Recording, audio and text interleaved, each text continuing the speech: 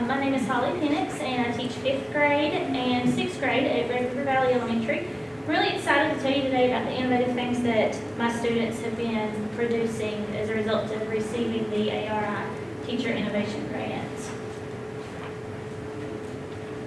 As we all know, in today's fast-paced and ever-changing world of technology, it can be really challenging to prepare students for success.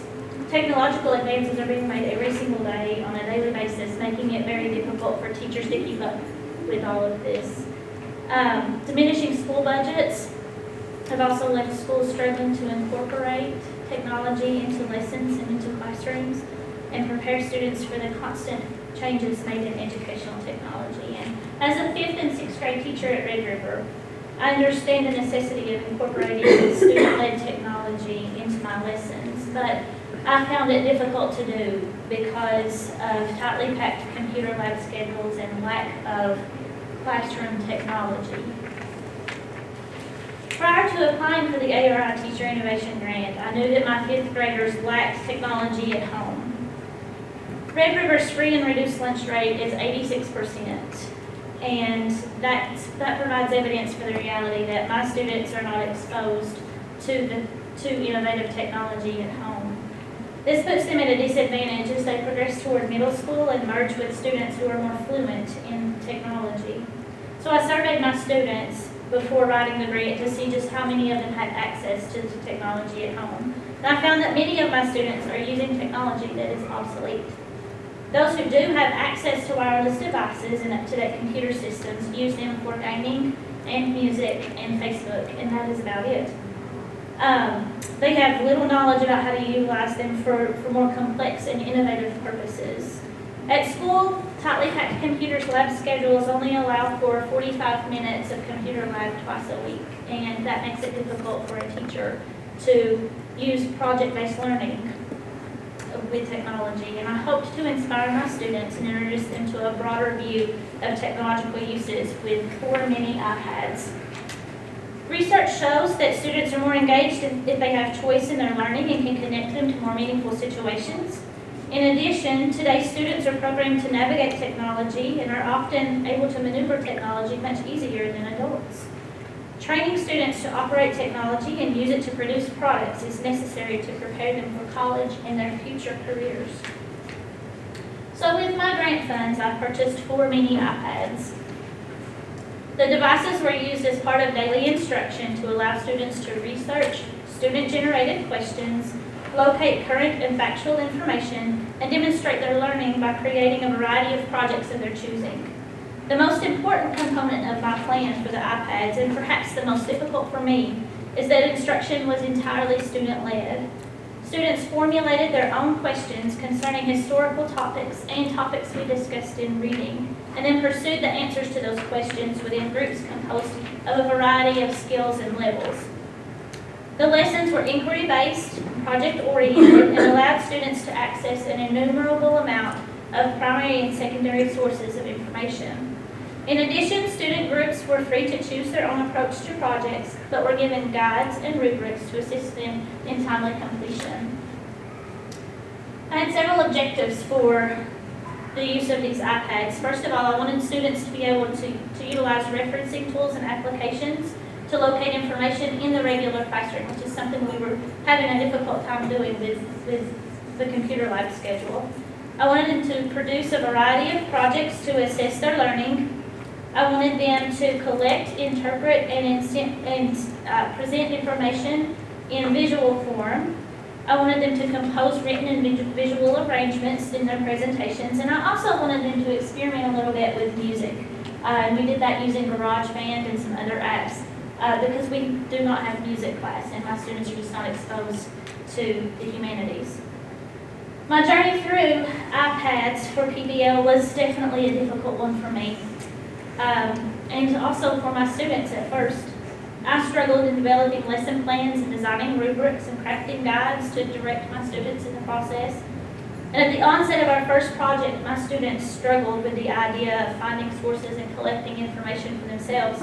And my low-achieving students, and I have several, remained off task and disengaged in the process at first. After several futile attempts at PBL units with technology and scrapping 2 projects in order to start over, I dug into research, and it occurred to me that I was going about the process all wrong. And I call this my aha moment because it really opened up opportunities for my students. I discovered that it's not a process that you can plan and map into perfect lesson plans. It is individual to each class, each student, each group that you have, and so I jumped in and just let my kids take control to see what we discovered. The result was phenomenal. My students began to craft their own questions, and I focused on helping them construct compelling questions which we call juicy, from their closed questions, which we call dry. They planned and organized and researched and constructed projects that they chose themselves, and each and every student was engaged in the process, no matter what their ability level. They used their strengths in some form or another to assist their groups. Through observations, I concluded that all students were engaged in the process in finding the answers to questions they had crafted, and assessments confirmed that my students learned at higher levels and were able to articulate their learning verbally and in writing better than they had ever been able to before. When each of my groups was researching important American figures in history, one of my students commented, "Hey, these dudes were all friends and helped each other." And it was comments like that that made me realize they were connecting to other groups. They were talking about this outside of class, and that they were really engaged in the process. In conclusion, my experience with iPads for PBL is one that's forever changed my teaching. Utilizing this technology for project-based learning, I was able to engage all learners and allow them to use their strengths and creativity to explore topics they were interested in. My lessons were engaging, creative, interactive, and allowed students to practice higher order thinking skills and apply it to real-world projects. And although I was uncomfortable at first, I learned just as much as my students did. And hopefully, I have a video here of some student work that we'll play. I had a little difficulty with it, and it played at school, but it wouldn't play at home, so we will see. And it's not going to play of it.